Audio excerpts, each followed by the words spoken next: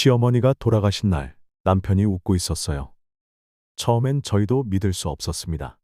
아, 이건 감정이 좀 서툰 남편의 일시적인 실수일 수도 있겠지. 혹은 그저 긴장된 상황에서 나오는 방어적인 반응일 수도 있겠다고 말이죠. 하지만 그게 아니었습니다. 그 웃음은 오랜 세월 쌓인 고통과 감정의 끝자락에서 터져나온 소름 끼치도록 냉정한 해방의 미소였다는 걸 우리는 곧 알게 되었습니다. 그날 아침 남편은 너무 평온했어요. 그 평온함이 너무 이상해서 오히려 저를 더 불안하게 만들었죠. 저는 올해로 결혼 11년 차에 접어든 30대 후반의 평범한 아내입니다. 남편과는 대학 시절 동아리에서 처음 만났고 누구보다 따뜻하고 책임감 있는 사람이었기에 저는 아무 의심 없이 이 사람과의 미래를 그리게 됐죠. 결혼 후에도 남편은 묵묵히 일하고 경제적으로도 절약하며 집안에 충실한 사람이었습니다. 하지만 단 한 가지 제 시어머니와의 관계에 있어선 이상하리만큼 말을 아꼈어요. 보통 가정에서는 명절이면 시댁에 내려가 함께 차례를 지내고 가족 행사나 생신에도 모이잖아요. 저희도 겉으론 그랬습니다. 그러나 그 과정 하나하나가 항상 저 혼자 준비해야 했고 남편은 이상하리만치 시어머니와의 대면을 피하려 들었어요. 여보, 이번에 어머님 생신인데 뭐 준비할까? 뭐, 케이크 하나 사면 되지. 작년에도 케이크 하나였잖아. 그럼 올해는 빵이나 2개 살까? 이렇게 농담인지 진심인지 모를 말로 대화를 흘려버리는 남편.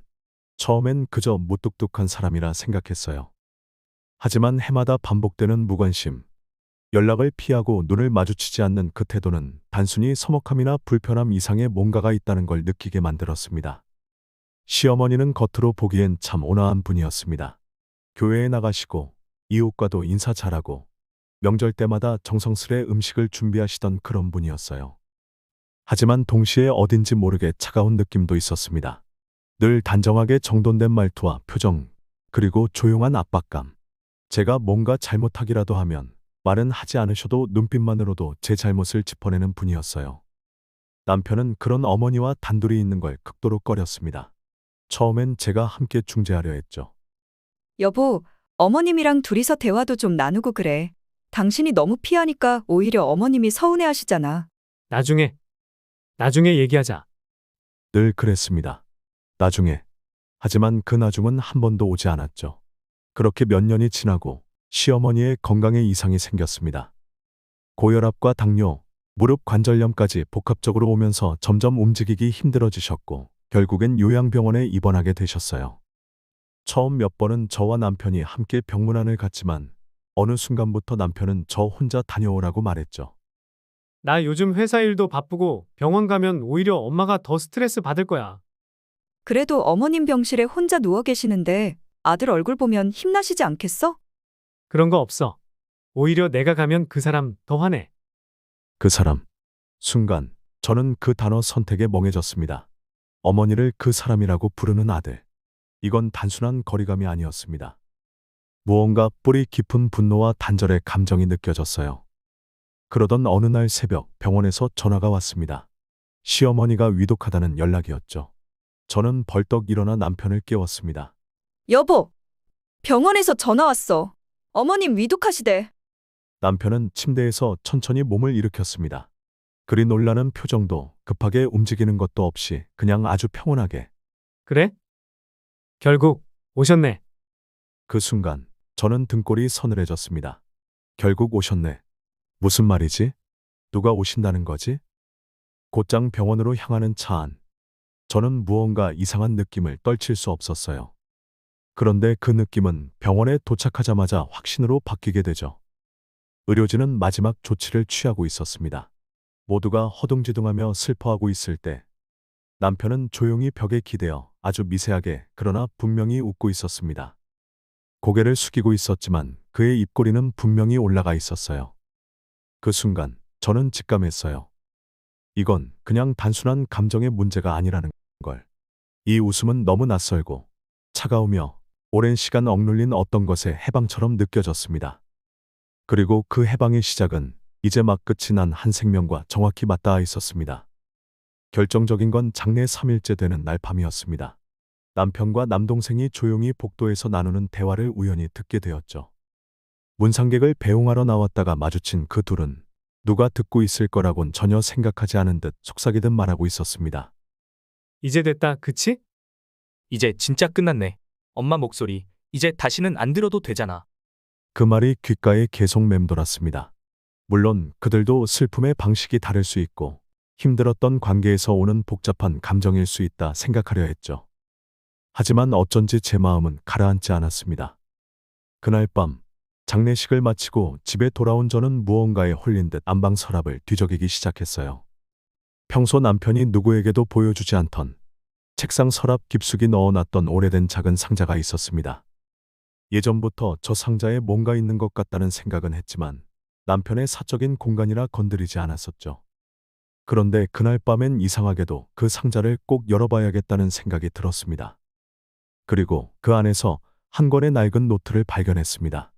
먼지가 쌓인 표지에는 남편 이름의 이니셜과 날짜만이 흐릿하게 적혀 있었죠. 무의식적으로 그 노트를 펼쳤을 때 저는 믿을 수 없는 내용과 마주하게 되었습니다. 2001년 5월 14일, 오늘도 엄마한테 맞았다.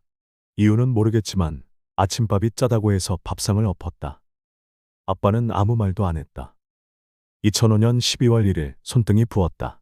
세탁기를 늦게 돌렸다고 주먹으로 때렸다. 어릴 때처럼 무섭지는 않지만 이제는 화도 안 난다. 그냥 사람이 싫다. 몇 장을 넘겨도 또 넘겨도 거기엔 어린 시절부터 성인이 되기까지 남편이 어머니로부터 받았던 폭력과 학대의 기록이 빼곡히 적혀 있었습니다. 읽고 있는 제 손이 떨릴 정도였죠. 저는 곧장 노트를 덮고 심장이 쿵쾅거리는 걸 진정시키며 조심스럽게 침실로 돌아갔습니다. 남편은 깊이 잠든 듯 보였지만 저는 도저히 잠을 이룰 수 없었어요. 다음 날 아침 커피를 마시던 남편에게 조심스럽게 말을 꺼냈습니다. 여보, 어젯밤에 당신 서랍 안에 있던 노트 봤어. 미안해. 몰래 본 거. 근데 여보, 이게 진짜야? 남편은 컵을 내려놓고 한동안 말이 없더니 천천히 고개를 끄덕였습니다. 거기 있는 거 전부 사실이야. 나도 누군가한테 말하고 싶었는데 아무도 안 믿을 것 같았어. 그래서 그냥 써온 거야. 그의 목소리는 담담했지만 눈빛은 마치 어릴 적 그 순간으로 다시 돌아간 것처럼 공허했습니다. 근데 왜 이제껏 나한텐 아무 말도 안 했어? 그걸 말한다고 뭐가 바뀌겠어. 엄마는 늘 남한테 좋은 사람처럼 보였고 난 그냥 그걸 감내해야 하는 사람이었으니까. 저는 그제야 알았습니다. 남편의 무관심, 냉소, 그리고 웃음까지. 그 모든 것들은 오히려 상처의 결과였다는 걸. 하지만 동시에 또 하나의 질문이 제 마음을 짓눌렀습니다. 병원에서 마지막 순간 그 웃음 이전에 정말 아무 일도 없었던 걸까? 그 의문이 꼬리를 물고 머릿속에서 떠나질 않았습니다. 남편은 해방이라는 단어를 자주 썼지만 저는 그 해방의 방식이 단지 감정적인 것만은 아닐 수도 있다는 불안감에 휩싸였어요. 며칠 후 장례 절차를 모두 마친 어느 날 밤 남편은 평소처럼 맥주를 한 캔 꺼내 마시며 말했습니다. 이제 진짜 끝났네.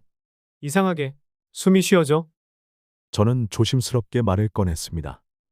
여보, 그날 병원에서 무슨 일이 있었던 거야? 그는 처음엔 아무 대답도 하지 않았습니다.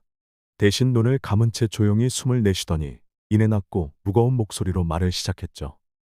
그날 엄마가 마지막으로 나한테 뭔가 말하려고 손을 내밀었어. 그 산소 마스크를 붙잡고 날 보면서 뭐라고 하려 했지. 근데 난 그냥 그 손을 뿌리쳤어. 뭐라고? 내가 마스크를 벗긴 건 아니야. 그냥 그 사람이 뭔가 말하지 못하게 마지막 순간에도 그 말들을 듣고 싶지 않아서 그냥 고개를 돌렸어. 손을 잡아주지도 않았고. 그게 다야.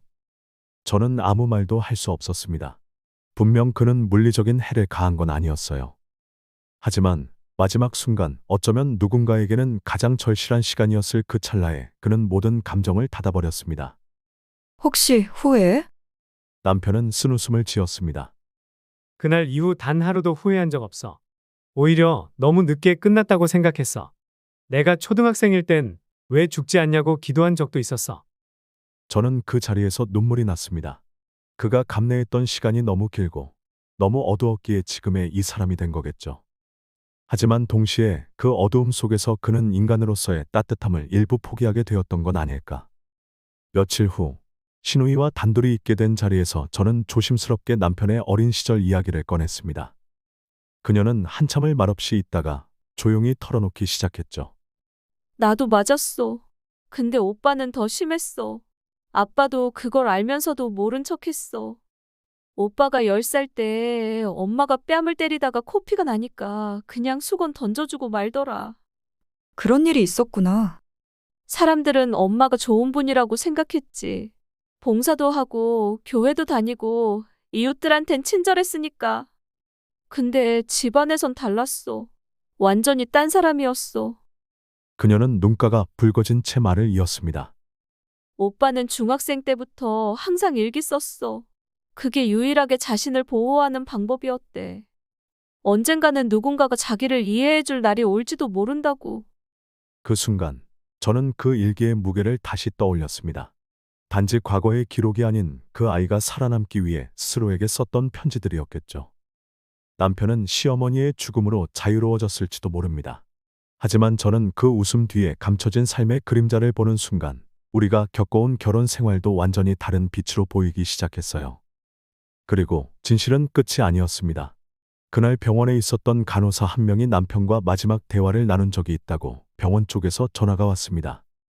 사모님, 혹시 남편분이 환자 상태가 악화되기 전 의료진에게 산소 투여 중단을 요청하셨던 거 알고 계신가요? 그 말을 듣는 순간 핏기가 싹 가시는 걸 느꼈습니다. 손에 들고 있던 휴대폰이 덜덜 떨렸고 머릿속은 하얘졌어요. 저는 조심스럽게 물었습니다. 그게 사실인가요? 네, 당시 보호자로 등록되어 계셨던 남편분께서 연명 치료는 원치 않는다고 강하게 요청하셨고 서명도 하셨습니다. 환자 본인의 의사 확인은 어려운 상황이었기에 보호자의 동의가 절대적이었죠. 연명치료 거부. 물론 현대 의료에서 흔히 있는 결정일 수 있습니다. 하지만 저는 남편이 단순히 죽음을 지켜본 것이 아니라 그것을 허락한 사람이었다는 사실을 알고 큰 충격에 빠졌습니다. 그날 밤 저는 남편에게 모든 것을 물었습니다. 그거 정말 당신이 한 거야? 어머니 연명치료 중단 요청 당신이 했어? 남편은 한참 침묵하더니 고개를 끄덕였습니다. 응, 맞아. 내가 했어. 왜 아무 말도 안 했어? 말하면 당신이 나를 어떻게 볼지 알았거든. 근데 그 순간 난 단 한 번도 망설이지 않았어. 솔직히 그 선택이 내 인생에서 가장 후련한 선택이었어. 저는 말문이 막혔습니다. 그는 살인을 저지른 것도 범죄를 한 것도 아니었습니다. 하지만 동시에 너무도 무심하게 그 죽음을 결정한 사람이었죠. 며칠 동안 저는 말을 아꼈습니다. 그와 밥도 제대로 먹지 않았고 눈도 마주치지 않았습니다. 머릿속엔 계속 같은 말만 맴돌았어요. 사람이 이렇게까지 무뎌질 수 있나? 하지만 시간이 지나면서 조금씩 다른 생각도 들었습니다. 그가 무뎌진 것이 아니라 너무 오랫동안 참고 살아야 했던 고통이 그를 그렇게 만든 건 아닐까. 어릴 적부터 학대 속에서 살아남기 위해 감정을 눌러야만 했던 그 삶을 저는 끝까지 이해할 수는 없더라도 외면할 수는 없었습니다. 어느 날 밤 남편이 조용히 제 옆에 앉아 말했습니다. 그날 왜 웃었는지 나도 아직 모르겠어. 그냥 웃음이 나왔어. 억지로 참은 것도 아니고 의도한 것도 아닌데 이상하게 입꼬리가 올라가더라. 저는 말없이 그의 옆모습을 바라봤습니다. 그는 그 순간을 떠올리는 듯 한참 동안 눈을 감고 있었습니다. 그게 기쁨도 아니고 슬픔도 아니었어. 그냥 무언가가 빠져나가는 느낌? 내 안에 뭔가 오래된 게 부서지듯 나간 것 같았어. 근데 그게 왜 웃음이었는지는 나도 설명이 안 돼. 그 말에 저는 아무 말도 하지 못하고 그저 조용히 고개를 끄덕였죠. 우리 사이에 묵직한 정적이 흘렀습니다. 하지만 그 정적은 예전과는 조금 달랐습니다. 서로를 모르겠다고 느꼈던 시간 속에서 조금씩 다시 알아가려는 마음이 피어나고 있었어요. 그날 이후 우리는 말없이 나란히 앉아있는 시간이 늘었습니다. 때로는 그 침묵이 답답했지만 동시에 안심이 되기도 했습니다. 어떤 말보다 그 침묵이 우리를 잇는 유일한 끈처럼 느껴졌거든요. 시어머니가 돌아가신 날 남편은 웃었습니다. 그 웃음이 의미하던 것이 무엇인지 이제는 압니다. 하지만 그 웃음을 본 그날의 저는 아직도 그 사람이 낯설게 느껴질 때가 있습니다. 지금도 가끔 그 웃음이 떠오르면 소름이 돋고 가슴 한켠이 시려옵니다. 그럼에도 우리는 여전히 부부로 살아가고 있습니다. 함께 밥을 먹고 함께 잠을 자고 아주 가끔 웃기도 하면서요. 완전히 이해할 수 없어도 받아들이기로 했습니다. 우리가 겪은 이 시간들이 언젠가는 서로를 조금 더 단단하게 이어주는 힘이 되리라 믿으며